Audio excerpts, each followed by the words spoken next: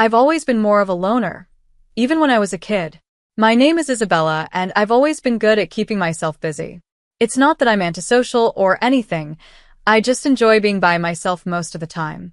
My mom, bless her heart, noticed early on that I liked to be independent.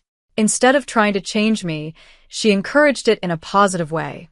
She introduced me to cooking when I was just tall enough to reach the kitchen counter. I took it all in like a sponge. Mom didn't just teach me recipes. She taught me to really understand food. We'd visit cafes and restaurants around town, and she would explain each dish to me. As I got older, my interest in food grew even stronger. I started reading articles by famous restaurant critics and realized that food was about more than just taste and texture. It was about how it looked and the atmosphere of the place too. One day, I told my mom I wanted to write about food. She looked proud and said, "Then you better learn everything there is to know about it, Emma." So, that's what I did. I enrolled in a culinary school to become an expert in cooking. After graduating, I didn't stop there. I took journalism courses to improve my writing. I wanted to make people feel like they could taste the food just by reading my words. My first job as a restaurant critic was for a small local newspaper.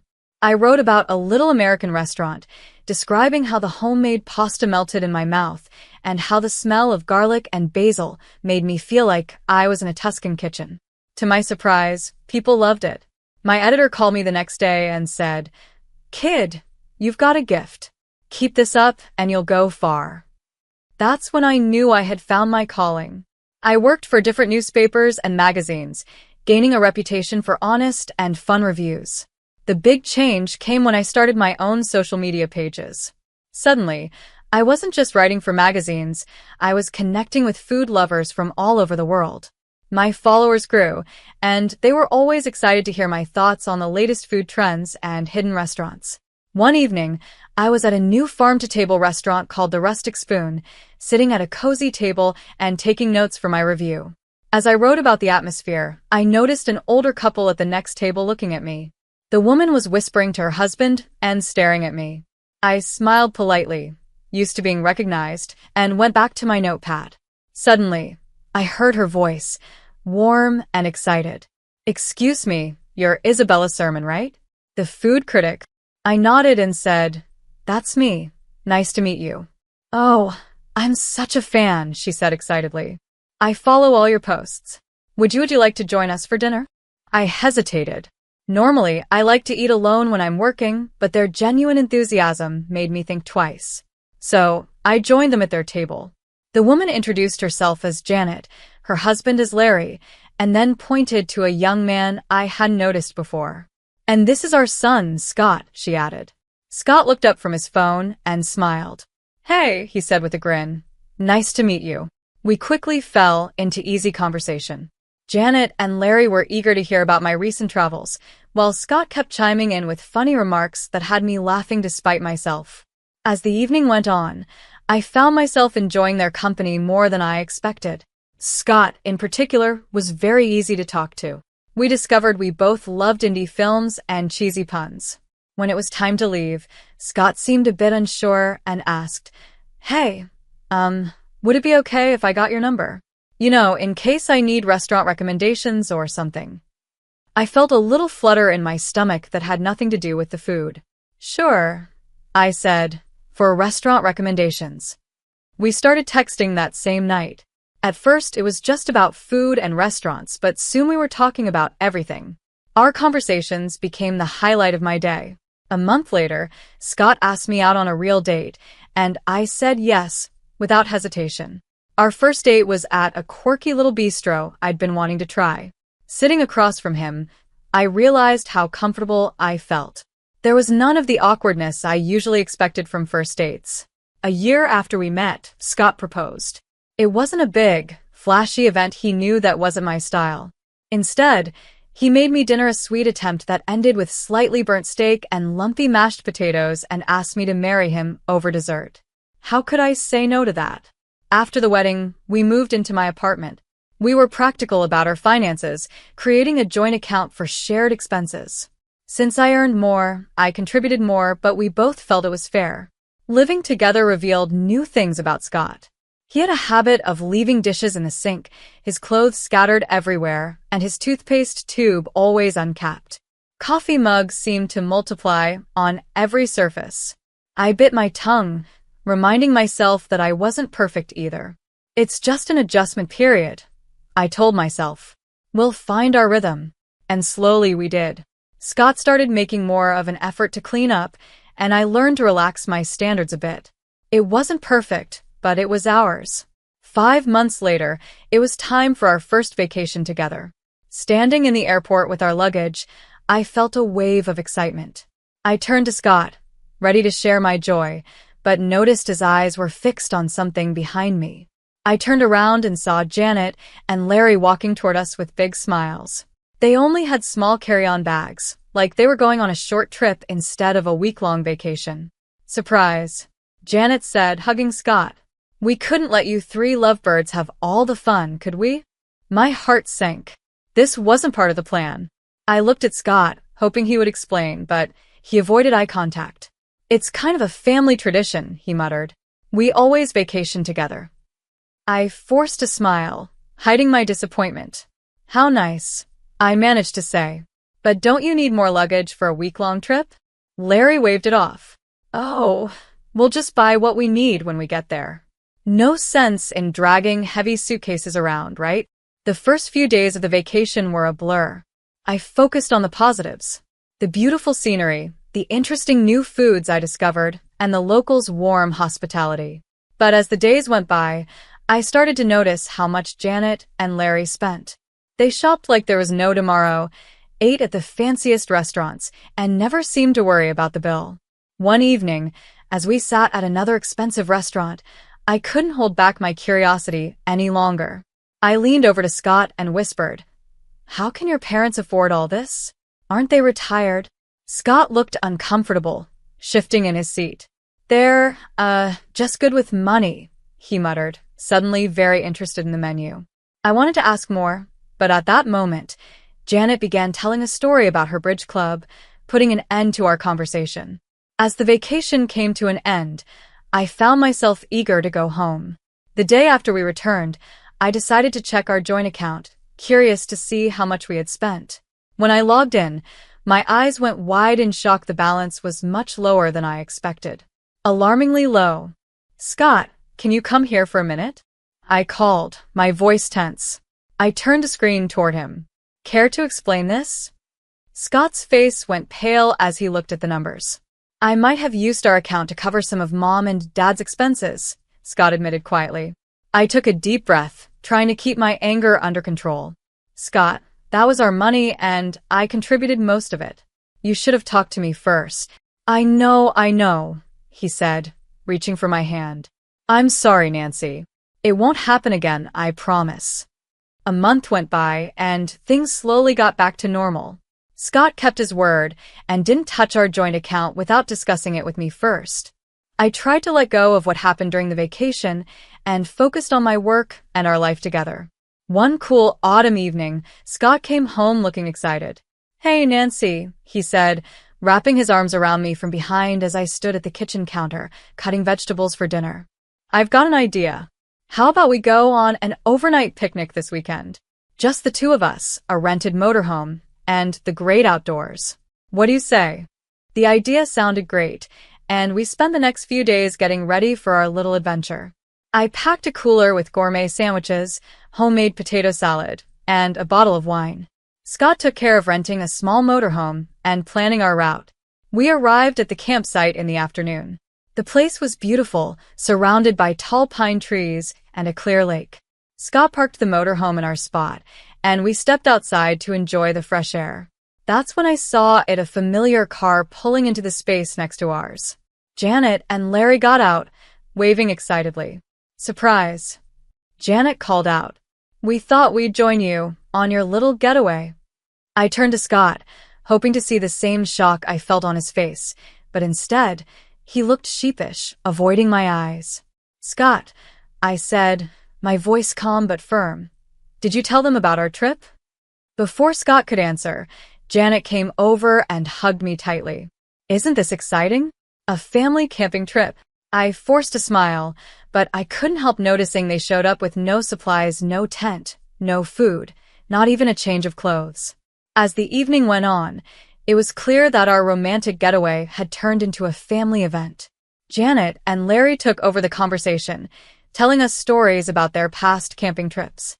They also helped themselves to our food and wine, leaving barely enough for Scott and me. When it was time to sleep, another issue came up. Our small motorhome wasn't built for 5 people, and Scott turned to his mother and said, "You and Dad can take the bedroom, Nancy, and I will figure something out in the car." So, instead of enjoying a cozy night together in the motorhome, I found myself uncomfortably curled up in the back seat of our car while Scott snored softly in the front. The next morning, with blurry eyes and feeling stiff from our awkward sleeping arrangements, I suggested to Scott that we cut the trip short. The drive home was tense, filled with awkward small talk and long periods of silence. As soon as we arrived back at our apartment, Scott's parents said a cheerful goodbye, completely unaware of the strain their presence had caused. Once they were gone, I turned to Scott. "We need to talk about this," I said firmly. He nodded, looking resigned. "I know. I'm sorry, Nancy. I should have told you they were coming." "It's not just that," I sighed. "It's about boundaries, Scott. Your parents can't keep showing up in our lives like this. We need to set some ground rules." Scott nodded slowly. "You're right. I'll talk to them." A few days after we returned, I was in the kitchen testing a new recipe when the doorbell rang. To my surprise, Janet and Larry were standing there with bright smiles, as if the vacation mess had never happened. "Isabella, dear," Janet exclaimed, giving me a quick hug as they walked in. "We need your expertise. We were wondering if you could tell us which restaurants in the city have the most delicious food." I was caught off guard by the question. "Well," I said, "there are quite a few great places. The French bistro downtown, Chez Lilith, is fantastic, and Sakura Sushi and Thai cuisine on 3rd Avenue has some of the best sushi I've ever had." "Why do you ask?" Janet's eyes lit up with excitement. "Oh, we thought we'd keep an eye out for any open events at these restaurants, so we can go and eat for free." I turned to Scott, who had just walked into the room, hoping he would back me up. But he just shrugged and said, "Come on, Nancy, you've got to accept my parents as they are. No use trying to change them." I was speechless. This felt like crossing a line, didn't it? But before I could respond, Janet and Larry thanked me and left, happily chatting about their plans to get free meals. A few days later, I was preparing for a review of a new upscale American restaurant, Ban 8. As usual, I posted the details of my visit on social media, letting my followers know when and where they could expect my next review. That evening, I arrived at Ban 8, settled into my table with my notebook in hand, ready to experience and evaluate the menu. I had just opened the wine list when I heard a familiar voice. "Well, hello there." I looked up and saw Janet and Larry smiling as they sat down at my table without asking. My heart sank. Janet picked up a menu and announced loudly, "I'm Isabella's mother-in-law, We're here to enjoy the free meal with her." I felt my face heat up with embarrassment. "Janet," I whispered, "please keep your voice down. I'm here to work. You can't just show up like this." But Janet wasn't listening. She raised her voice even more. "Oh, don't be silly, dear. Everyone knows food critics eat for free. Why shouldn't your family enjoy the perks too? We have every right to be here." I could feel the eyes of other diners on us, and the head waiter was walking toward our table, looking concerned. This was getting out of control fast. "Janet, Larry," I said firmly but quietly, "this is your last warning. If you don't leave right now, I'll have no choice but to call security. You're interrupting my work and causing a scene." Janet's face twisted with anger. She stood up quickly, her chair scraping against the floor. "Well, I never," she shouted. "Is this how you treat family, Isabella?" As she grabbed her purse, she turned to me one last time, her voice full of disappointment. I think I made a big mistake. I'm the one who told Scott to marry you. I followed your Facebook page and thought, now there's a girl who could help us enjoy the finer things in life. I thought you'd take us to fancy restaurants for free, maybe even help us out a little. But I was wrong. If this is how you treat family, well, We're not interested in being part of yours anymore." With that, Janet stormed out of the restaurant, Larry following behind her. The silence that followed was deafening. My hands were shaking as I reached for my phone and dialed Scott's number. He answered on the third ring. "Scott," I said, my voice barely a whisper. "Is it true? Did your mother really push you to marry me because she thought I'd provide for them?" There was a long pause on the other end of the line. Finally, Scott sighed. "Yes," he admitted. "Mom saw your success and thought, well, you know how she is. She insisted you'd be perfect for us." It felt like the ground had disappeared beneath me. I hung up the phone and turned to the headwaiter, who had been standing nearby. "I'm really sorry for the disturbance," I said. "I won't be able to finish my review tonight. Please give my apologies to the chef." As I gathered my things, I pulled out my phone again and quickly typed a message to my followers, explaining that due to unexpected events, my review of Bar di Sante would be postponed. The drive home was a blur, my mind racing to make sense of everything that had happened. When I walked through the door of our apartment, Scott was waiting for me, his face full of worry. "Nancy," he began, but I held up my hand to stop him. "Why didn't you tell me?" I asked softly. "Was I just a way for your family to get what they wanted?" Scott's face fell, and he reached for my hand. This time, I didn't pull away. "No, Nancy, no." "Well, yes, it started with my mom's idea, but I fell in love with you. Not your job, not your connections, just you." I sank onto the couch, suddenly feeling drained. Scott sat next to me, his eyes full of hope. "I know I've made mistakes," he said quietly. "I should have set boundaries with my parents a long time ago. But Nancy, I love you. I want to make this right. Can we try to fix this?" I looked at him, really looked at him. Despite everything, I knew I still loved him. As we sat there on the couch, our hands intertwined, I felt a small glimmer of hope. Maybe, just maybe, we could get through this and come out stronger. The next couple of months passed peacefully. Scott worked on setting boundaries with his parents, and I threw myself into my work, trying to rebuild the trust in our relationship. Then, the moment I had worked toward for years finally came. My cookbook was published. It was more successful than I ever dreamed. Major newspapers and magazines praised it, and it quickly became a bestseller on all the big online retailers. One evening, as I was scrolling through yet another glowing review, Scott came home with a surprise. "Let's celebrate your success," he said, his eyes sparkling with excitement. "I've planned a trip to that charming city you've always wanted to visit. It has everything you love: great restaurants, historical sites, beautiful nature. And I booked us a room at that boutique hotel you've been eyeing." I paused for a moment, then asked the question that had been on my mind. "It's just us, right? Your parents aren't coming?" Scott looked me straight in the eye. "I promise, Nancy, it's just us. No parents, no surprises." The day of our trip arrived, and we made our way to the train station, luggage in hand, feeling hopeful about what was ahead. My heart sank. There they were, Janet and Larry, waving enthusiastically. I turned to Scott, hoping this was just a bad coincidence, but the guilty look on his face told me everything. "I'm sorry," he mumbled, avoiding my eyes. "I could not invite them. Mom found out about the trip." In that moment, something inside me broke. All the promises, all the efforts of the past months, they meant nothing. But I forced a smile as Janet and Larry approached. I noticed they only had a small purse between them, no luggage. "Where's your luggage?" I asked, already knowing the answer. Janet waved her hand dismissively. "Oh, don't worry, dear.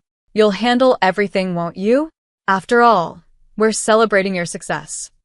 As the announcement for boarding came over the loudspeaker, we made our way onto the train. Once everyone settled into their seats, I stood up. "I'm just going to use the restroom before we leave," I said, grabbing my purse with my phone and documents inside. I stepped off the train, feeling the cool air of the platform on my face. I stood there, watching as the train's doors closed, as the whistle blew, and as it slowly began to pull away from the station. My phone buzzed in my purse, snapping me out of my thoughts. Scott's name flashed on the screen. I took a deep breath and answered. "Nancy, where are you?" Scott's panicked voice came through.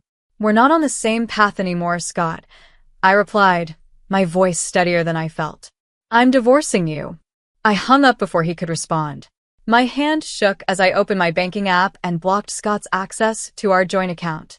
Barely a minute passed before my phone rang again this time. It was Janet. I held the phone away from my ear as she shouted insults and threats, demanding that I pay for their trip and compensate them for emotional distress. When she finally paused for breath, I spoke calmly. Janet, I'm not afraid of your threats. If you post any slander, I won't hesitate to take legal action. I blocked her number, then Scott's, and finally Larry's, just to be sure. Taking a deep breath, I called a cab and went home. The weekend passed in a blur of emotions and practical tasks. I packed Scott's belongings, contacted a lawyer, and drafted the divorce papers. By Friday morning, I felt drained but determined. The sound of a key turning in the lock made me tense. Scott walked in, looking disheveled and desperate. Nancy, please, he said, walking toward me with open arms. I stepped back, pointing to the suitcases by the door. Your things are packed. It's time for you to go. His face crumpled. You don't mean that. I've learned my lesson, Scott said, his voice desperate. I had a huge fight with my parents on the trip. I told them I'm not paying for them anymore. I'm not even talking to them now. Please, give me another chance. I shook my head and handed him the divorce papers. It's too late, Scott. This isn't just about your parents, it's about trust, respect, and the life I want to live. We want different things, and that's okay, but I can't do this anymore. After a long pause, Scott nodded, his shoulders slumping in defeat. He picked up his suitcases and walked out, closing the door behind him with a quiet click. The next few weeks were hard, but they were also freeing. The divorce process went smoothly, thanks to my careful records and Scott's acceptance of the situation. I threw myself into my work, finding comfort in cooking and writing. As things settled down, I found myself alone again, but it wasn't the loneliness I had once feared. I started to enjoy the little things again. Trying new recipes, spending peaceful evenings with a good book, and connecting with my followers without the pressure of anyone's expectations. One evening, I sat on my balcony with a glass of wine, looking out over the city. I couldn't help but smile. Life hadn't gone the way I planned, but maybe it turned out exactly how it was meant to. I was Isabella, again food critic, author, and most importantly, in control of my own life.